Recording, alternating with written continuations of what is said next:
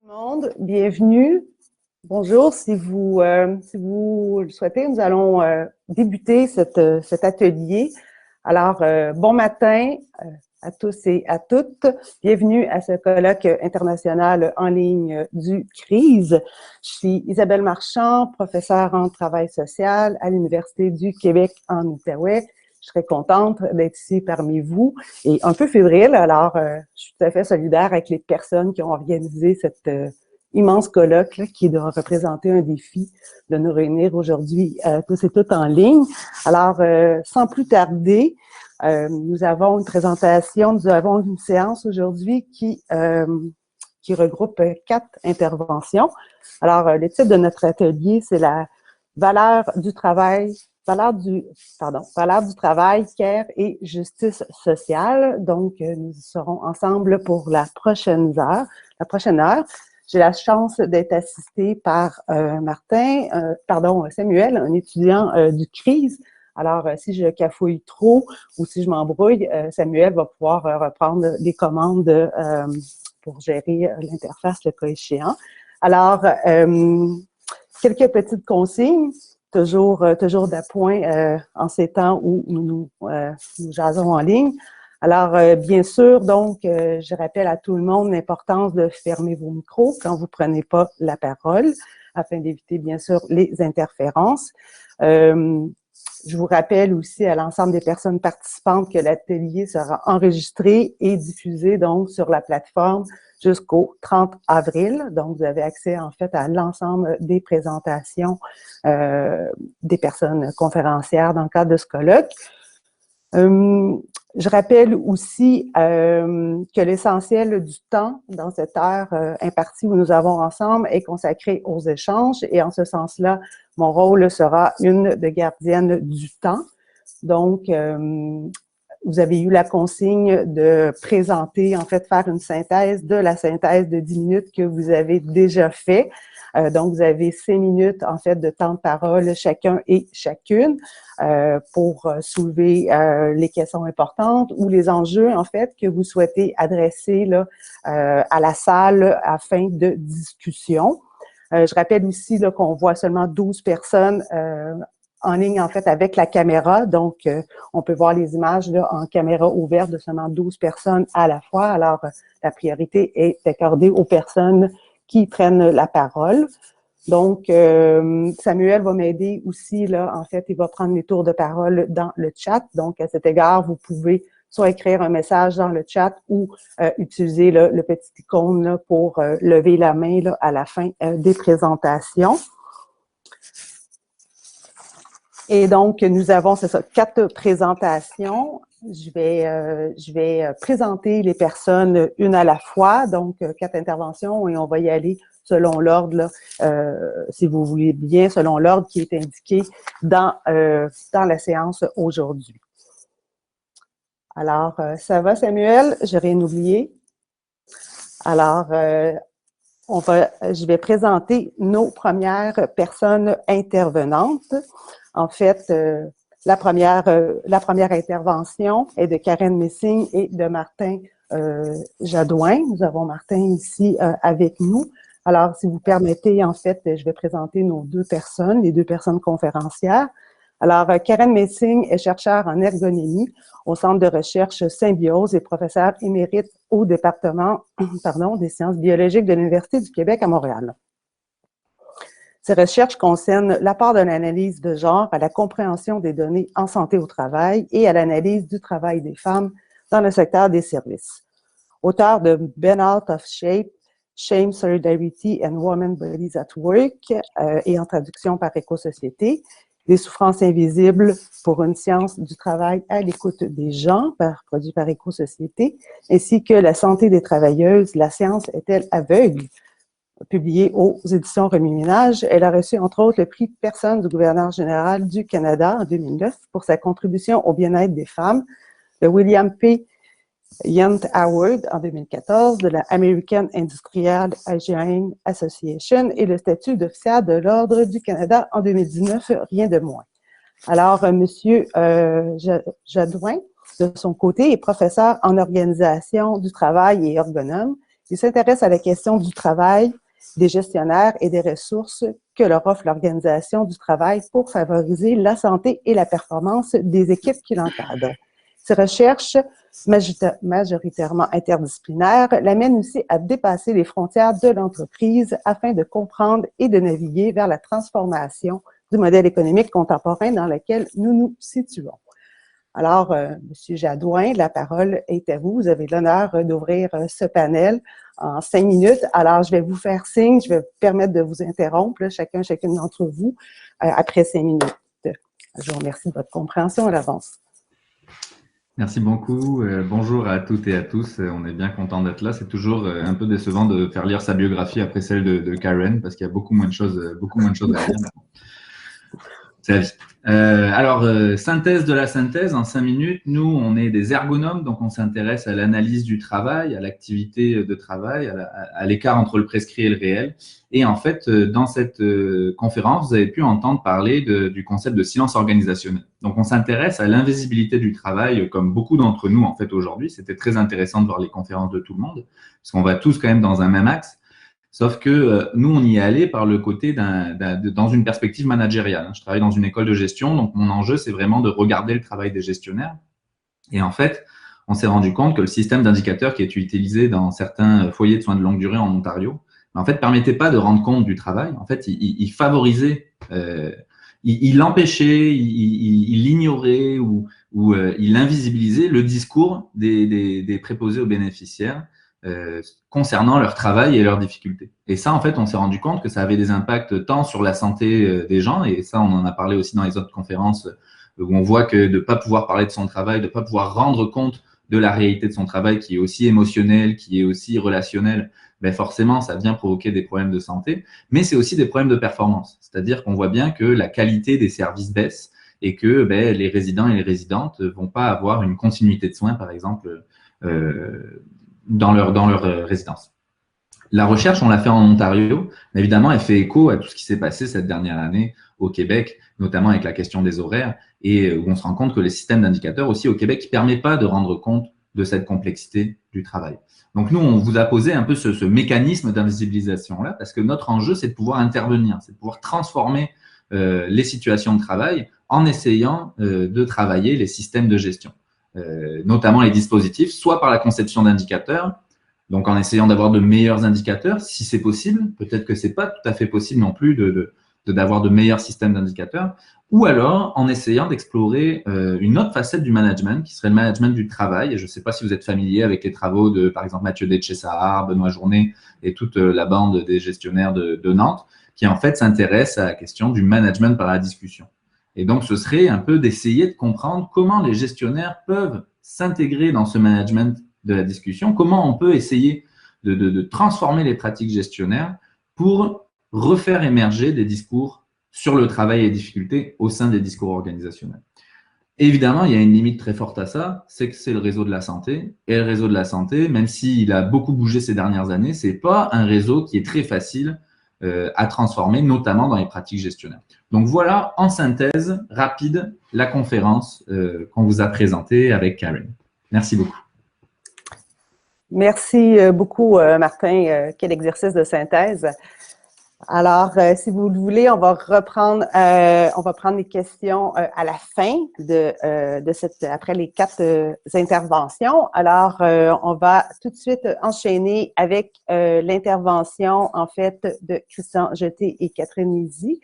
On m'a informé, en fait, que Catherine, elle avait eu un souci. Catherine, elle est en Europe, en France, je crois.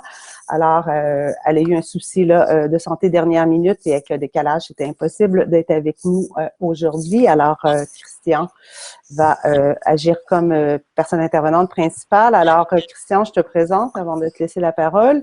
Christian Jeté est professeur titulaire à l'École de travail social de l'Université de Montréal. Il est membre de l'Axe pratique et politique sociale du CRISE. Dans le cadre des travaux du laboratoire de recherche sur les pratiques et les politiques sociales du LAREPS, il a participé aux premières recherches partenariales de soutien communautaire en logement social au Québec avec la Fédération des OSBL d'habitation de Montréal à la fin des années 90. Il a coproduit récemment avec Jean-Vincent Bergeron-Gaudin, doctorant en sciences politiques à l'Université de Montréal, un rapport de recherche sur le processus d'institutionnalisation du soutien communautaire en logement social. Il est actuellement co-chercheur sur l'étude dirigée par Judith Lapierre et Jacques Cahouette intitulée « L'expérience d'habiter son logement subventionné, besoins et pratiques de soutien communautaire comme pilier du renforcement du pouvoir d'agir, de l'entraide et de solidarité dans la communauté. » Alors, Christian, à toi la parole pour 5 minutes. Oui, merci Isabelle. Alors, bonjour à tous et à toutes. Peut-être que je pourrais rajouter juste un petit point à ce que tu viens de dire, Isabelle, dans la présentation, qui est en lien avec le fait que ce que je vais présenter aujourd'hui, c'est tiré d'un bouquin que justement j'ai fait avec Catherine Lindsay, qui malheureusement n'a pas pu être avec nous ce matin, et qui porte sur la question des territoires d'intervention à domicile au Québec et en France. Alors, écoutez, notre présentation faisait écho à des recherches qu'on mène depuis 2013 au Québec et en France sur les services de soutien à domicile. Dans la présentation là, que vous avez pu voir probablement là, au cours des derniers jours, on a focusé principalement sur le travail des aides à domicile. Alors, les aides à domicile, ils travaillent dans des associations en France et au Québec, on les retrouve, ces préposés en aide à domicile-là, principalement dans les entreprises d'économie sociale en aide domestique. Alors, ces préposés-là, en aide à domicile, font ce qu'on appelle des AVQ, des activités de vie quotidienne, puis des AVT, activités de vie domestique. Alors, les activités de vie quotidienne, là, ça renvoie à des activités d'hygiène, ça renvoie à des activités de préparation, de s'habiller, aussi d'aller faire sa toilette. Alors qu'il y a des activités aussi de vie domestique qui renvoient davantage à l'entretien ménager. Ce qu'on voulait montrer dans notre présentation, c'était que ces aides à domicile-là, au-delà du travail prescrit qu'ils doivent faire à domicile, il y a tout un travail émotionnel aussi qui est là et avec lequel ils doivent conjuguer. Alors, travail émotionnel sur leurs propres émotions et travail émotionnel aussi pour gérer les émotions des personnes avec lesquelles ils interviennent à domicile. Alors, parce que les personnes avec lesquelles ils travaillent à domicile, bon, mais c'est souvent des personnes seules, des personnes isolées, des personnes âgées qui peuvent être en perte cognitive ou avec des pertes aussi sur le plan de la mobilité physique. Alors, c'est des personnes souvent qui vont vivre l'isolement, qui vont vivre de la tristesse, qui vont vivre du découragement. Des fois, ça peut être aussi de l'agressivité, ça peut être aussi du bonheur aussi, là. Mais donc, tout un ensemble d'émotions que les préposés, quand elles sont à domicile, doivent apprendre à gérer, tout autant que leurs propres émotions, hein, qui peuvent être à la fois l'empathie, la compassion qu'ils peuvent avoir pour les personnes avec lesquelles ils travaillent, mais ça peut être aussi le dégoût, ça peut être aussi la fatigue, ça peut être toutes sortes d'émotions qui sont liées aussi à l'état de la personne et des domiciles dans lesquels ils vont aller travailler, faire leurs tâches. C'est tout un apprentissage, hein, cette question-là de gestion des émotions, et c'est une dimension qui est non reconnue de leur travail. Hein, il y a comme une espèce de disqualification, je dirais, qui se fait de cette dimension-là émotive, émotionnelle de leur travail. Une disqualification qui est à la fois symbolique, hein, parce que d'ailleurs, on va souvent parler de petits métiers, entre guillemets, mais c'est aussi une disqualification qui est très concrète et monétaire, parce que c'est des métiers aussi qui sont, je dirais, très mal payés, c'est-à-dire un peu au-dessus du salaire minimum, mais à peine.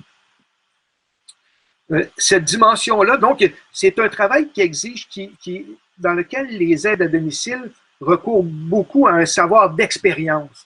Hein? Et ce savoir d'expérience-là, dont l'apprentissage de la gestion des émotions fait partie, n'est pas reconnu. Et en plus, dans les dernières années, avec la mise en application dans le domaine de la santé et des services sociaux, mais aussi ailleurs, de la nouvelle gestion publique, il y a eu, je dirais, une exacerbation, hein, finalement, de cette non-reconnaissance de cette dimension-là relationnelle des services. parce que dans la nouvelle gestion publique,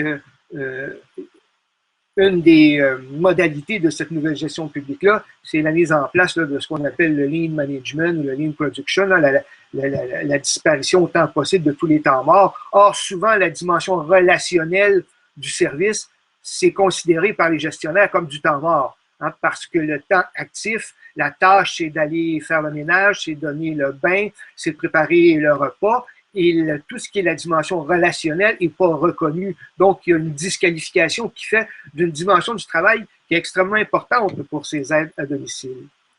Je ne sais pas, Isabelle, si j'arrive, j'ai combien de temps encore? Je t'inviterai à conclure. Je m'invite à conclure, c'est bon. Alors, donc, il y a une absence aussi de collectif de travail, hein, parce qu'en quelque part, ils travaillent souvent de manière isolée, les aides à domicile. Et on terminait dans notre présentation en se demandant, oui, mais est-ce qu'avec la pandémie, ça peut être des circonstances ou un contexte qui permettrait une plus grande reconnaissance de ces métiers-là? Or, à la lumière de ce qu'on a pu voir là, au cours des derniers mois, au cours de la dernière année, on a commencé à faire, je dirais, un petit pas en ce sens-là, mais c'était un bien petit pas, parce que j'aimerais juste rappeler que dans un premier temps, les aides à domicile n'ont pas été reconnues comme des travailleuses essentielles. D'ailleurs, on en a mis 4000 à pied. Hein. Pour 48 heures plus tard, le gouvernement se ravisait parce qu'il s'est rendu compte qu'on avait besoin de l'expertise de ces aides à domicile-là pour aller travailler dans les CHSLD. Alors donc, oui, on commence à les reconnaître, mais disons qu'il y a un bon bout de chemin à faire encore là-dessus. Je vais arrêter sur ce commentaire. Merci, Christian. Nous aurons certainement il y a de l'écho. Nous aurons certainement l'occasion de revenir, en fait, sur les enjeux importants que tu soulèves dans le contexte pandémique qu'on a connu cette année. Alors, on va enchaîner tout de suite, si vous le voulez bien, avec notre troisième intervention. Nous avons Maxime Thibault-Leblanc qui est avec nous. La présentation est faite en collaboration avec M. Sid Ahmed Soussi. Donc, je vais présenter brièvement les deux intervenants. Donc, M. Soussi est professeur au département de sociologie de l'UQAM. Ses publications portent sur les travailleurs migrants temporaires en tant que nouvelle figure de la division internationale du travail, de l'action syndicale internationale, ainsi que sur les travailleurs pauvres. Quant à Maxime Thibault-Leblanc, il est étudiant à la maîtrise en sociologie à l'UQAM. Ses travaux portent actuellement sur les relations de sociabilité entre travailleurs étrangers temporaires et résidents locaux dans le contexte d'emploi du secteur des pêches de l'Est du Québec, ainsi que sur les enjeux du salaire minimum, sur lequel d'ailleurs il va nous entretenir. Alors, Maxime, c'est à vous la parole. Oui, merci beaucoup. Merci à tous les panélistes, là, des belles présentations. Notre présentation est un petit peu à l'écart des autres présentations qui portent plus sur les formes de travail de soins et leurs invisibilisations, mais parce que notre recherche, dans le fond, venait de constats partagés par notre partenaire. C'est une recherche partenariale avec Au bout de l'échelle, un organisme de défense des personnes non syndiquées ici à Montréal. Donc, un constat, cet organisme-là qui était impliqué dans les luttes pour le salaire minimum à 15 $ de l'heure et qui faisait le constat qu'il y avait des obstacles que la campagne rencontrait, pas seulement à l'externe des ennemis naturels, habituels, comme le Conseil du patronat, la FCEI, donc les groupes d'employeurs, mais aussi des obstacles que la revendication, que les campagnes rencontraient à l'intérieur, donc dans les groupes d'action communautaire, dans les organisations syndicales, au sein même des personnes directement concernées. Donc, comment notre objectif, c'était de documenter ces obstacles-là qualitatifs à la revendication aux campagnes, à l'interne, donc dans les organisations. Et on voulait ainsi proposer des pistes de réflexion à notre partenaire pour les prochaines campagnes, parce qu'actuellement, on est à une espèce de moment clé du renouvellement des campagnes pour un salaire minimum décent. Il y a beaucoup de groupes qui se réunissent, des organisations syndicales, des groupes communautaires qui font le bilan un petit peu des campagnes qui ont été menées jusqu'ici, qui reconnaissent que le 15 $ n'est plus nécessairement un objectif qui est suffisant, et puis qui réfléchissent à comment fixer une nouvelle revendication et aussi à comment avoir de meilleures stratégies d'action collective, ou en tout cas, parce que le 15 $ de l'heure n'a pas été atteint On va être à 13,50 en mai. Ça fait 5 ans que la revendication est en vigueur. Donc, comment revigorer cette lutte-là? Puis nous, ce qu'on documentait, c'était qu'il y avait des obstacles chez les personnes qui gagnaient en haut de 15 $ de l'heure, proche du salaire minimum, donc du 15 $ de l'heure, entre 15 et 20 $ de l'heure. Notamment, l'obstacle le plus difficile à déconstruire selon les intervenants qu'on a rencontrés, c'était la crainte de perte de statut social. Donc, c'était une crainte, même pas de perte de pouvoir d'achat, mais la crainte de se voir relégué à l'espèce de seuil minimum qui constituerait le salaire minimum. Donc, une espèce de voir la valeur, c'est une perception de voir la valeur de son travail diminuer à ce seuil-là, même si on ne perdait pas le pouvoir d'achat.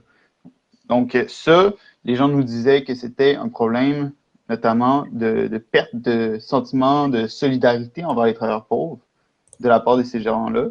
Puis comment ramener ce sentiment de solidarité-là? Les intervenants qu'on rencontrait avaient la difficulté à nous répondre. Mais quelque chose qui apparaissait comme intéressant, justement, c'était de saisir l'occasion, disons, de l'exposition des conditions de travail difficiles des préposés aux bénéficiaires, par exemple, ou des travailleurs agricoles, donc des personnes qui sont payées très proche du salaire minimum, comment ils ont été ramenés un peu de l'avant par la pandémie, et de saisir ça pour peut-être pas directement influencer les politiques publiques, mais par la bande de ramener un sentiment de solidarité là, chez les travailleurs, travailleuses qui sont déjà un peu en haut du salaire minimum, ou bien à 15 $ de l'heure, et qui déterminent des fois comment les campagnes vont être menées, par exemple, par les organisations syndicales. Voilà. Merci. Nous reviendrons. En effet, c'est intéressant l'idée de sentiment de solidarité aussi qui fait des liens avec les autres présentations. On pourra faire des liens. Alors, nous poursuivons sur la 4e intervention de M. Paul-André Lapointe. Alors, M. Lapointe, je vous présente avant de vous céder la parole. Donc, Paul-André Lapointe détient un doctorat en sociologie de l'UQAM. Il est professeur titulaire au département des relations industrielles de l'Université Laval depuis 1994. Il est directeur adjoint du CRISE, responsable du pôle du CRISE à l'Université Laval et chercheur associé à l'IRIS. Il enseigne les théories en relations industrielles, la sociologie du travail et des organisations, ainsi que la sociologie économique. Il s'intéresse particulièrement au syndicalisme, aux inégalités, à la justice sociale et à la qualité du travail et de l'emploi. Il a publié La qualité du travail et de l'emploi au Québec en 2013, Dialogue social, relations du travail et syndicalisme en 2016, aux presses de l'Université Laval, ainsi que la théorie critique de Nancy Fraser dans les cahiers du CRISE en 2020. Alors, M. Lapointe, on vous écoute pour 5 minutes.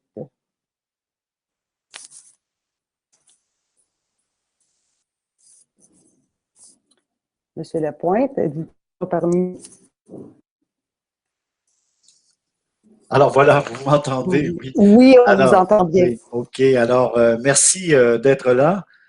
J'ai bien apprécié les présentations précédentes, surtout celles qui ont porté sur le CARE, puisque je m'intéresse aussi à cette question. Juste un mot très rapide, 30 secondes, pour dire que je suis parti avec une équipe de recherche, notamment avec Clémence Dallaire des sciences infirmières, et pendant une dizaine d'années, on a fait des recherches auprès des infirmières dans des hôpitaux de la région de Québec et à Trois-Rivières.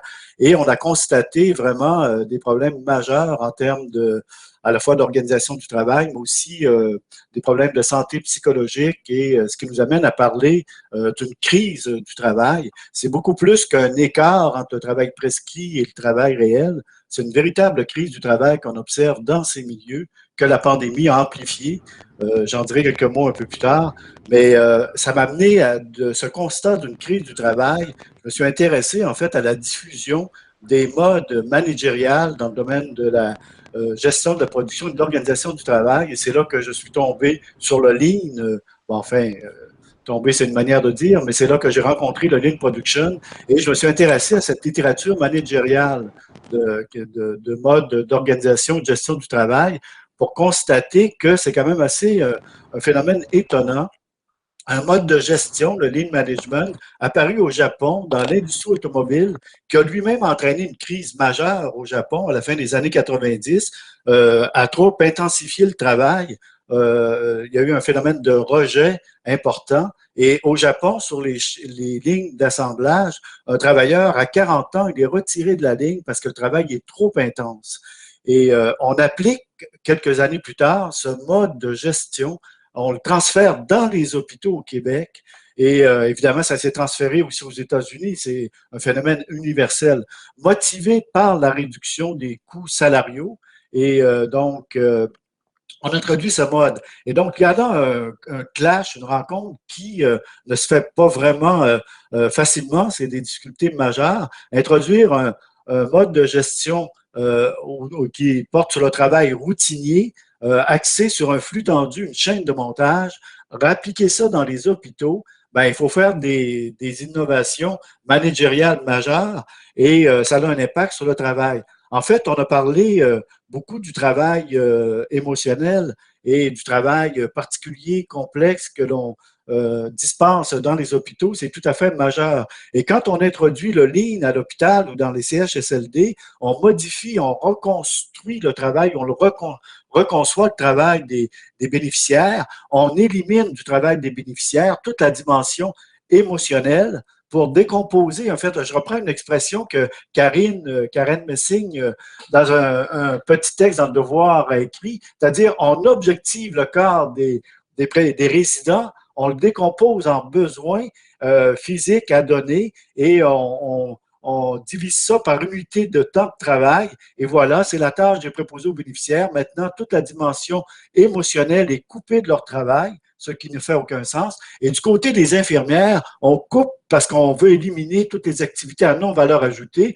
On coupe les activités, on ampute le travail de l'infirmière de ces dimensions réflexives, tout à fait essentielles dans un travail complexe, et on ampute aussi toute la dimension émotionnelle. Évidemment, ça ne se fait pas sans problème, il y a un impact majeur sur les salariés concernés, et c'est ça qui entraîne une crise du travail. Le travail est certes très intensifié, mais en même temps, les infirmières et les préposés aux bénéficiaires ont l'impression d'être empêchés de faire leur véritable travail et ils ont conscience de faire un travail souvent de mauvaise qualité pour lequel elles se sentent un peu responsables et coupables et cela entraîne toutes sortes de problèmes de santé psychologique. On a constaté, nous, dans les études qu'on a faites, des taux de détresse psychologique supérieurs à 50%. C'est quand même majeur. Et la détresse psychologique est un phénomène annonciateur, précurseur d'un épuisement au travail. Donc, il y a des problèmes de santé énormes qui se posent. Et les infirmières et les préposés aux bénéficiaires développent des stratégies de protection qui consistent justement en l'absentéisme. On retrouve dans ces milieux des taux d'absentéisme 2 fois plus élevés qu'ailleurs, la moyenne en général. Les gens quittent leur travail parce qu'ils démissionnent. Ils sont plus capables de supporter ce rythme intense et tout à fait contraire à leur éthique professionnelle. Et en plus, ils se mettent à temps partiel. La moitié des infirmières sont à temps partiel. En réaction, on adopte des pratiques de gestion de ressources humaines axées sur le temps supplémentaire obligatoire, le recours aux agences de placement temporaires. Et là, ça entraîne une très forte déstabilisation des équipes de travail puisque ce ne sont jamais les mêmes personnes qui travaillent ensemble. Et ça revient au point de départ, ça donne un coût supplémentaire à l'intensité du travail et tout ça, on se retrouve devant les problèmes qu'on a aujourd'hui, un problème de recrutement majeur. Il n'y a plus personne qui va aller travailler. Ces milieux de travail sont repoussoirs et donc, en termes de solutions, bien sûr, il faut agir sur les salaires et c'est ce qu'a fait notre premier ministre. Mais notre premier ministre recherchait des bras. Et quand on recherche des bras pour les faire travailler dans le CHSLD, ben l'image illustre très bien le fait que c'est des bras et non pas toute la dimension du travail émotionnel est éliminée. Et donc, c'est ça qu'il faut faire, aller un peu plus loin et reconnaître vraiment la qualité et l'importance, le caractère essentiel de ce travail. Donc, il y a une dimension de reconnaissance et il y a une dimension aussi de représentation, associer les personnes concernées qui font le travail à la reconception des formes d'organisation du travail. Et bien sûr, ça implique de quitter cette nouvelle gestion publique tyrannisée, obsédée, omnibulée par la réduction des coûts et l'austérité et investir massivement dans ce type d'emploi pour améliorer la qualité des services en bout de piste. Passer, en fait, ça suppose qu'il faut d'abord améliorer la qualité du travail et de l'emploi dans ces métiers pour pouvoir ensuite améliorer la qualité des services et en bout de piste réduire les coûts puisqu'aujourd'hui, on est dans un cercle vicieux ou les coûts engendrés, les surcoûts engendrés par cette crise du travail en termes d'absentéisme, en termes d'instabilité des équipes et de leur impact négatif sur la santé des résidents, etc., le bien-être des résidents et des patients, tous ces surcoûts entraînés disparaîtraient à long terme et donc on retrouverait une situation beaucoup plus équilibrée et centrée sur, enfin, une meilleure qualité du travail et de l'emploi. Merci, Monsieur Lapointe, pour ce rappel des grands enjeux et en fait, vous soulevez aussi plusieurs enjeux qui font écho aux autres présentations. Alors, nous sommes déjà rendus à cette période de questions et d'échanges et je vois déjà, en fait, une main se lever. Alors, vous pouvez, je rappelle, lever la main ou écrire dans le chat aussi. Et moi et Samuel, on va attribuer les tours de parole. Alors, il y a Thomas et Jacques pour débuter cette séance de discussion. Merci Isabelle, puis merci beaucoup à l'ensemble des personnes qui ont présenté au panel. C'était très intéressant de vous entendre. Je vais aller rapidement. J'ai des questions pour tout le monde, mais je vais vraiment les condenser au maximum. Pour Martin Chadouin et Karen Messing, j'ai beaucoup aimé votre présentation, notamment parce que ça nous met vraiment dans la réalité des milieux de travail, puis concrètement, qu'est-ce que font ces travailleuses-là. Ma question porte sur un point précis que vous mentionnez dans la présentation. Vous parlez c'est vos termes-là, de triche, c'est-à-dire vous dites que les préposés bénéficiaires doivent tricher dans la façon dont elles remplissent les indicateurs. J'aurais aimé que vous reveniez un petit peu là-dessus pour nous dire, j'étais peut-être trop pas assez attentif là, mais pourquoi est-ce qu'elles doivent faire ça? Est-ce que c'est surtout en raison du temps que ça prend et donc ça leur enlève la possibilité d'être au cœur de leur activité qui est de s'occuper des résidentes et résidents? Ou est-ce que c'est surtout parce que ces indicateurs-là ne sont pas en phase avec la réalité de leur travail? Je pense qu'il y a peut-être un peu des deux, mais j'aimerais ça vous entendre sur le lien de causalité, entre guillemets, là, si tant est qu'on puisse en établir un. Sur la présentation de Sid et de Maxime Thibault-Leblanc, comme vous l'avez mentionné, vous avez beaucoup étudié cette question de la perte de statut, la crainte de perte de statut chez les personnes qui ont un salaire légèrement au-dessus du salaire minimum.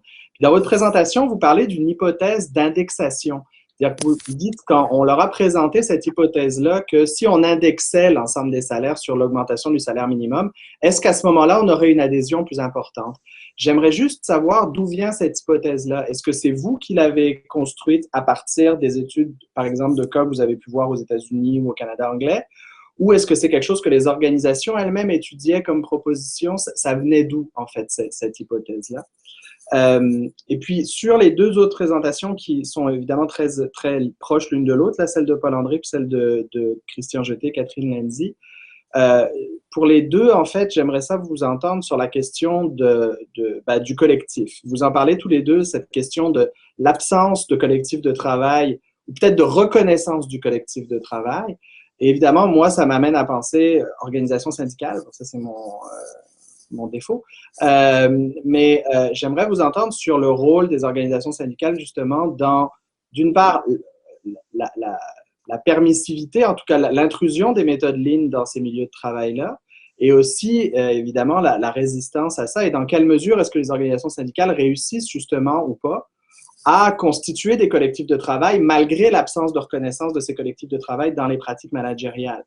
Et là, ce que je trouve très intéressant dans la comparaison entre les deux, c'est que les travailleuses à domicile, les travailleuses en soins à domicile, effectivement, il y a toute la dimension du care qu'on retrouve aussi chez les travailleuses en milieu hospitalier, mais il me semble qu'il y a une autre dimension additionnelle qui vient, qui est la parcellisation, évidemment, du travail et du fait que ce soit dans l'espace domestique, qui est un espace privé, en fin de compte. Et là, ça me rappelle plus les travaux qui sont faits surtout en Amérique latine sur les travailleuses domestiques, justement, qui ne sont pas nécessairement dans le care, mais qui ont aussi cet enjeu de parcellisation, puis de travailler dans un espace privé qui, donc, est assez hermétique aux possibilités d'organisation collective. Voilà, je laisse ça là. J'espère que j'ai été clair, mais en tout cas, merci encore beaucoup à tout le monde pour des contributions très, très intéressantes. Merci Thomas pour lancer cette conversation. Si je propose de prendre la question de Jacques ou les commentaires sinon de Jacques, puis après, s'il n'y a pas d'autres personnes, là, je laisserai la parole aux personnes panélistes. Alors, oui, alors merci beaucoup pour les présentations. Je trouve ça très, très intéressant. Ce que Martin nous a j'aime bien le concept d'invisibilisation du travail parce que j'y vois un verbe actif. Là. Et moi, je serais porté à dire voulu dans ce sens-là. Et avec Christian et Paul-André, entre autres, sur la question du lean, tout ça, toute la question du travail émotionnel, sur la question de la disqualification. Il y a sûrement une disqualification du travail des préposés aux bénéficiaires, tout ça, mais je pense qu'aussi pour le travail social, pour les professionnels du travail social qui sont aussi exposés au lean management et à une parcellisation de leurs tâches, un peu la chaîne de montage, tout ça, la mesure. Et ça donne beaucoup de pouvoir aux gestionnaires, même s'ils ne connaissent pas le travail social, et ça disqualifie à la longue le travail social. J'entendais Paul-André qui amenait dire, bon, les gens sont obnubilés, les gestionnaires sont obnubilés par la question de coût et d'efficacité. Moi, quand je vois toutes ces techniques-là de gestion, je pense à Michel Foucault, surveiller et punir, et le panoptique, et toute la question du contrôle, un contrôle soft des individus, où les individus en viennent à créer les outils même pour se surveiller et permettre aux autres de se surveiller. Et on pourrait se demander si c'est pas dangereux pour la santé mentale quand on commence à rentrer dans un cercle vicieux d'autosurveillance de soi et de comparaison tout le temps avec les autres. Alors, j'aimerais entendre les gens là-dessus aussi, sur cette idée-là d'une société où la surveillance devient de plus en plus forte et est intériorisée à un moment donné, une autosurveillance de soi et une autoculpabilisation de soi quand on ne correspond pas aux mesures. Merci. Merci, Jacques. Je crois que la table elle est déjà bien mise avec ses commentaires et questions. Alors, Thomas a soulevé des questions pour les 4 personnes panélistes, Jacques aussi. Alors, je vous laisse, est-ce que quelqu'un veut répondre, entamer? Monsieur Lapointe. Votre micro. Ton micro. Ben, je vais reprendre la question de Thomas, le syndicaliste, par rapport au lean management et son introduction dans les hôpitaux. Alors, c'est assez particulier. Hein. Le monde de la santé, en fait, les catégories de personnel sont divisées en 4 groupes. Les préposés aux bénéficiaires font partie du personnel, pourrait-on dire, du métier et les employés de soutien. Et les infirmières auxiliaires font partie du personnel infirmier avec les inhalothérapeutes. Et puis, bon, je pense après ça, il y a 2 autres catégories, techniciens et puis le personnel administratif. Alors, quand on a introduit le lean dans les hôpitaux, ça s'accompagnait d'une déqualification des équipes de soins. C'est-à-dire qu'on remplaçait les infirmières dans les équipes, on voyait la combinaison et on remplaçait en fait des infirmières qualifiées qui coûtaient beaucoup plus cher par des infirmières auxiliaires. Et avant, on a changé la composition. En fait, les quatre unités de soins sont apparues en 2005. Avant, les infirmières auxiliaires, par exemple, et les infirmières étaient dans des syndicats généraux avec tous les autres personnels réunis. Ils n'étaient pas nécessairement avec la FIC. Avec la réforme de 2005, les infirmières auxiliaires passent à la FIC. Et donc, la FIC y a vu un intérêt de recruter, en fait, les infirmières auxiliaires dans ses rangs et d'éliminer les syndicats plus généraux, CSN, FTQ, etc. Et donc, ils ont appuyé l'introduction du lean. Pendant une dizaine d'années, la FIC était derrière le lean. Et moi, je me rappelle, à quelques reprises, on fait des interventions auprès de la FIC et en fait, on me disait que j'exagérais, que je ne comprenais pas ce qui s'y passait réellement, etc., que le lean était une bonne chose. Et dans les hôpitaux de Québec, la FIC était derrière le lean. C'est avec l'arrivée de Nancy Bédard, il y a 2 ans, que là, on a commencé à dénoncer l'arrivée du lean.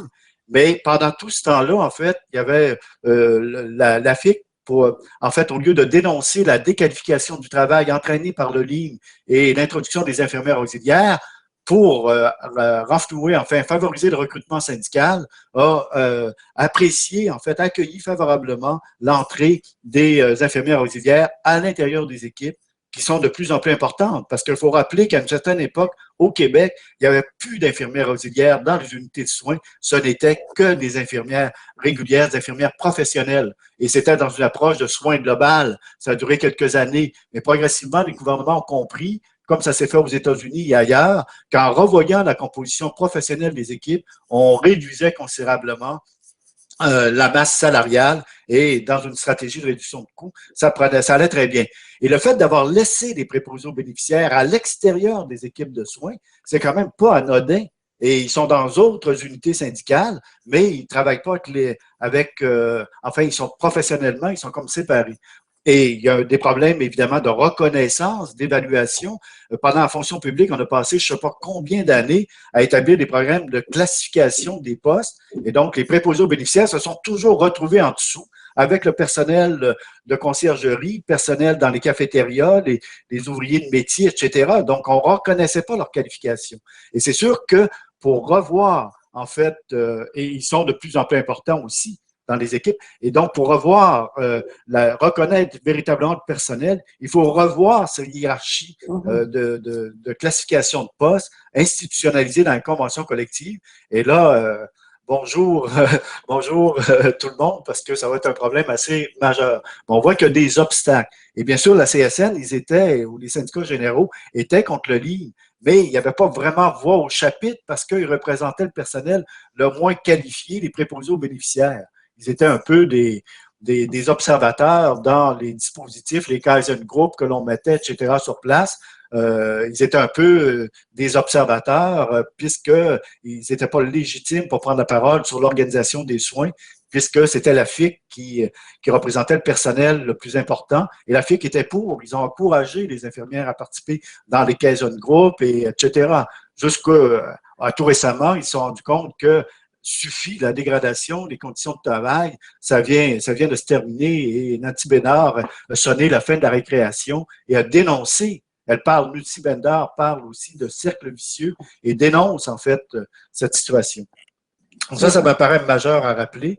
Mais bon, je ne sais pas si je prends trop de temps, sinon… Je vais vous inviter peut-être à synthétiser votre pensée pour que les autres personnes intervenantes puissent réagir aussi avec quand même des questions. Oui, tout à fait. Ben, je vais m'arrêter là, tiens, je sais pas. Ah, c'est parfait. Ben, je vous invite à rebondir par la suite.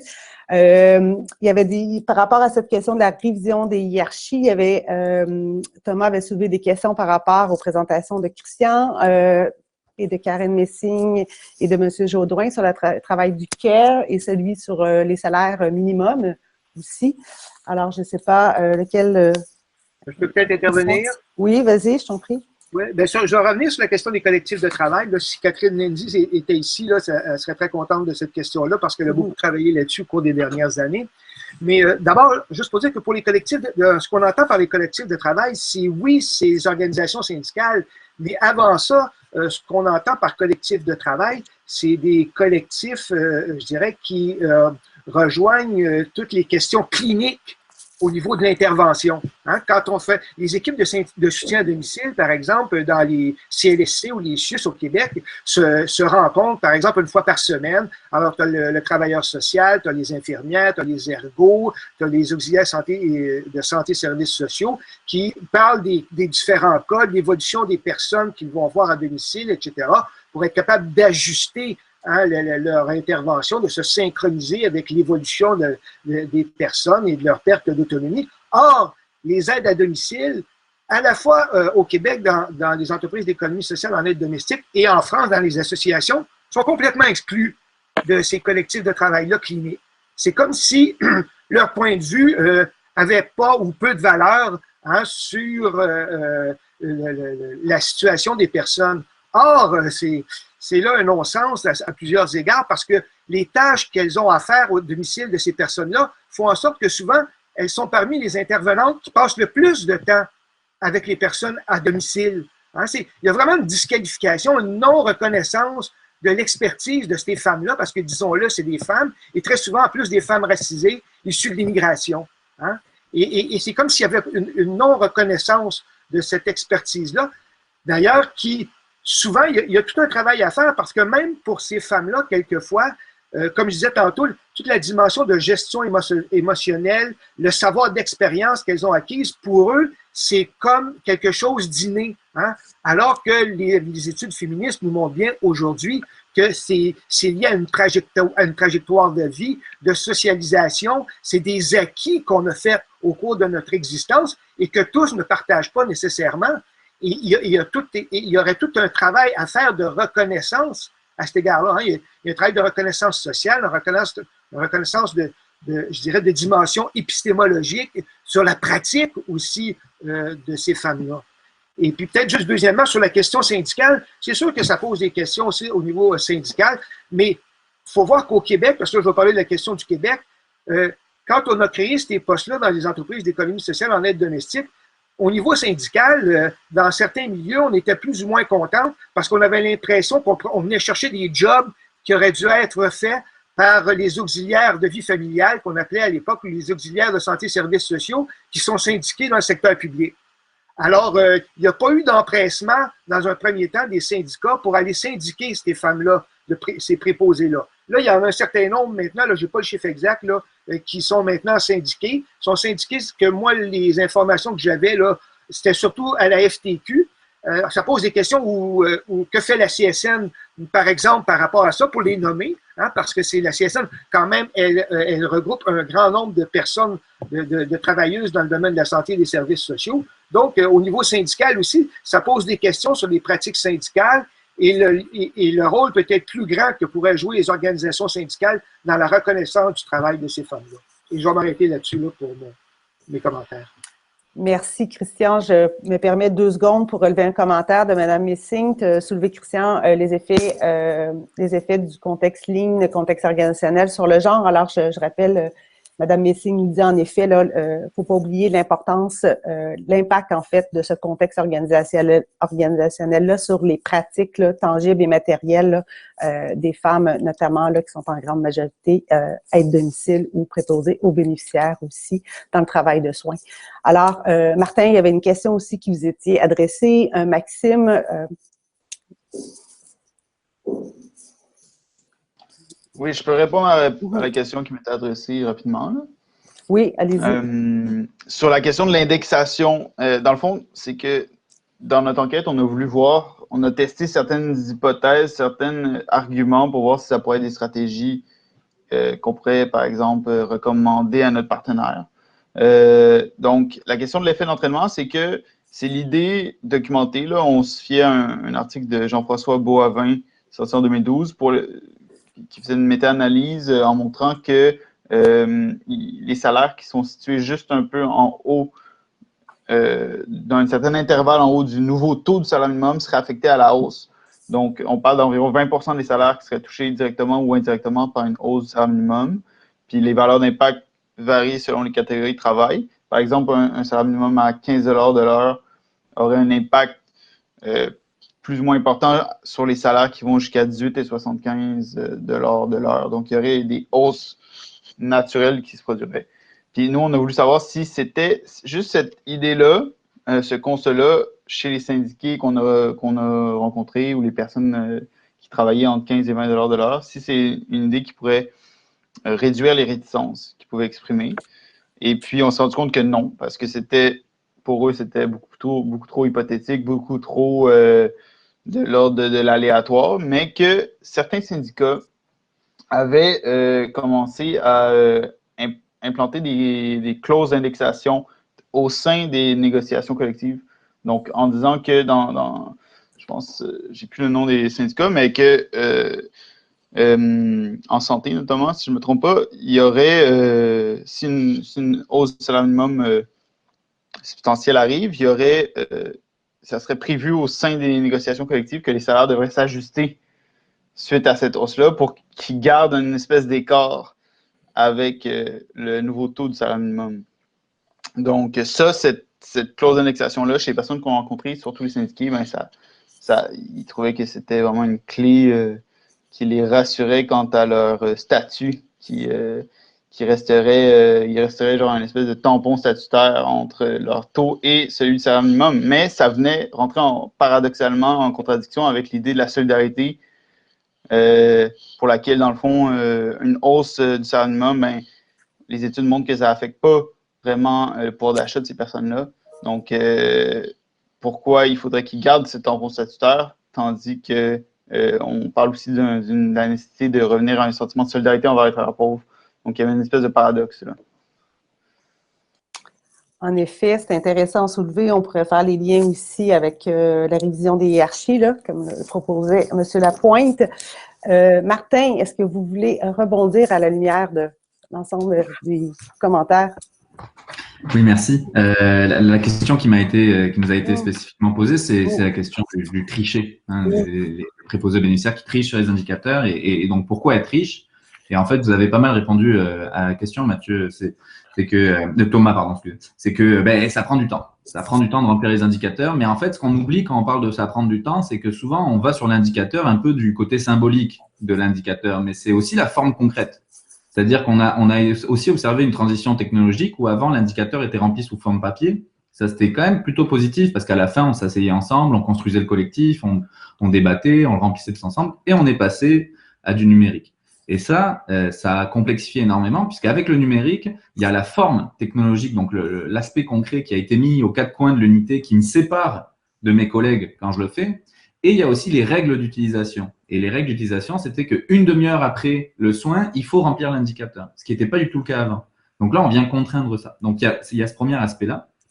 Et il y a un deuxième aspect, vous l'avez dit aussi, c'est le contenu de l'information qu'on transmet, qui ne renseigne pas le soin ou la difficulté du soin ou les enjeux du soin, mais l'état médical. Sauf que état médical et soin et difficulté du soin, ce n'est pas forcément une relation linéaire. Je peux avoir des patients très lourdement atteints, mais qui sont hyper faciles à s'occuper parce que justement, ils bougent plus beaucoup, ils sont très dépendants, donc je peux en faire un peu, je peux les manipuler beaucoup plus facilement.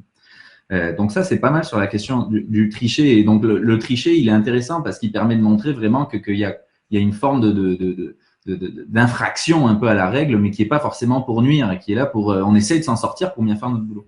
Et ça m'a fait penser aussi au deuxième commentaire qui est venu après, qui parlait un peu de surveiller et punir de Foucault. Bon, moi, je l'ai lu qu'une fois et je ne sais pas si je le relirai parce que ça fait mal à la tête de lire du Foucault quand même, mais ce que j'ai adoré évidemment Foucault dans l'idée de l'organisation comme vecteur de domination.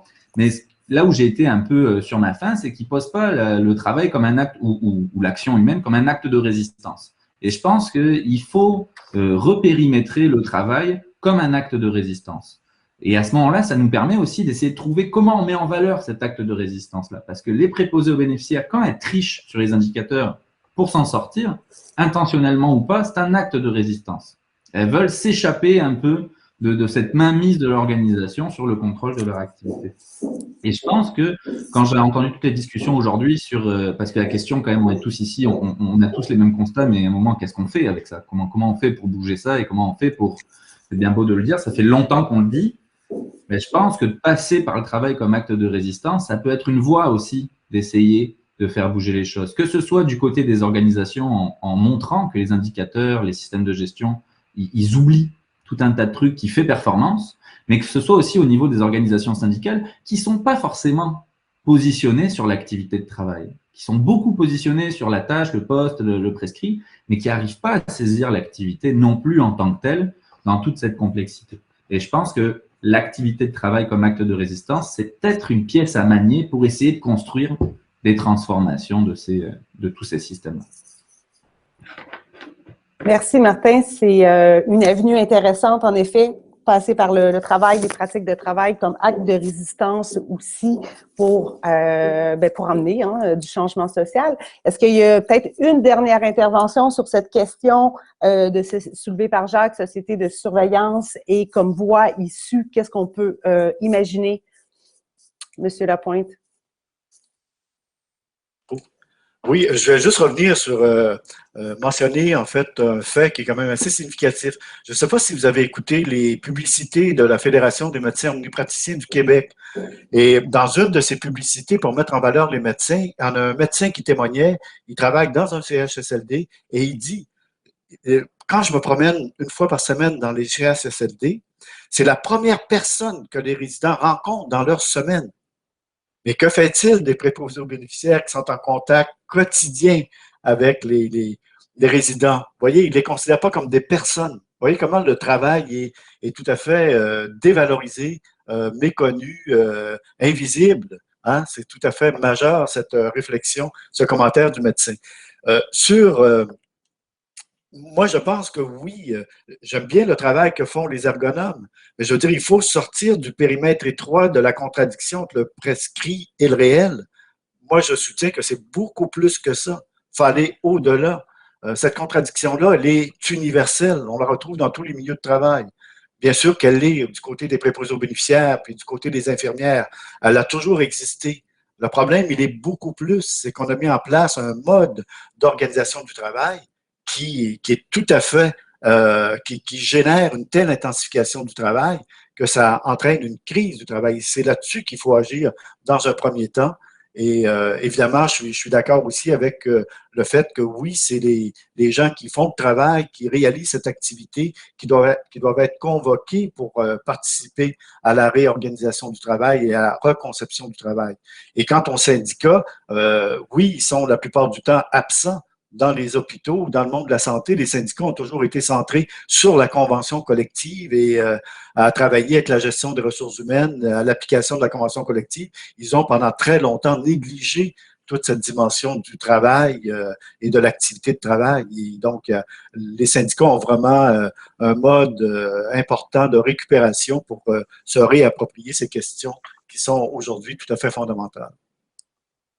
Tout à fait, merci. Merci, M. Lapointe. Je vais peut-être aller jusqu'à 35, étant donné qu'on a commencé un peu en retard. Alors, vous soulevez l'importance justement de cette crise au travail.